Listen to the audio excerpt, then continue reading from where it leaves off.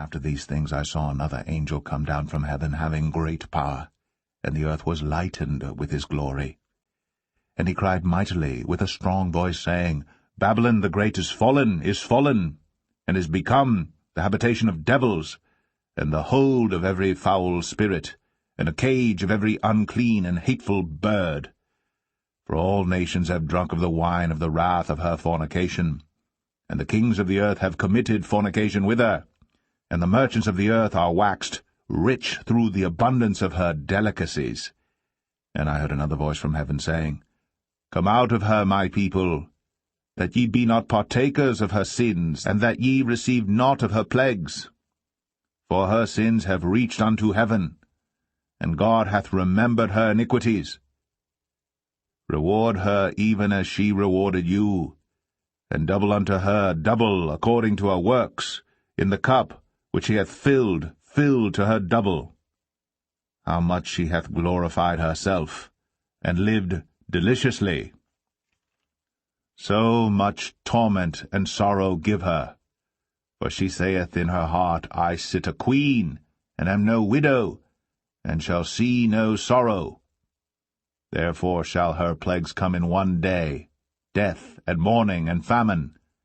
And she shall be utterly burned with fire, for strong is the Lord God who judgeth her. And the kings of the earth who have committed fornication and lived deliciously with her shall bewail her, and lament for her, when they shall see the smoke of her burning, standing afar off for the fear of her torment, saying, Alas, alas, that great city Babylon, that mighty city, for in 1 hour is thy judgment come. And the merchants of the earth shall weep and mourn over her, for no man buyeth their merchandise any more, the merchandise of gold and silver and precious stones, and of pearls and fine linen and purple and silk and scarlet, and all Thyan wood, and all manner vessels of ivory, and all manner vessels of most precious wood, and of brass and iron and marble and cinnamon, and odours and ointments and frankincense and wine and oil and fine flour and wheat and beasts and sheep and horses and chariots and slaves and souls of men. And the fruits that thy soul lusted after are departed from thee, and all things which were dainty and goodly are departed from thee, and thou shalt find them no more at all.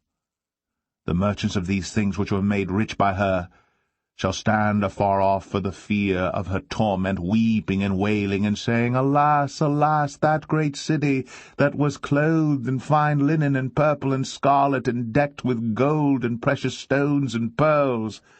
For in 1 hour so great riches is come to naught. And every shipmaster, and all the company in ships and sailors, and as many as trade by sea, stood afar off, and cried when they saw the smoke of her burning, saying, What city is like unto this great city? And they cast dust on their heads, and cried, weeping and wailing, saying, Alas, alas, that great city, wherein were made rich all that had ships in the sea by reason of her costliness, for in 1 hour is she made desolate.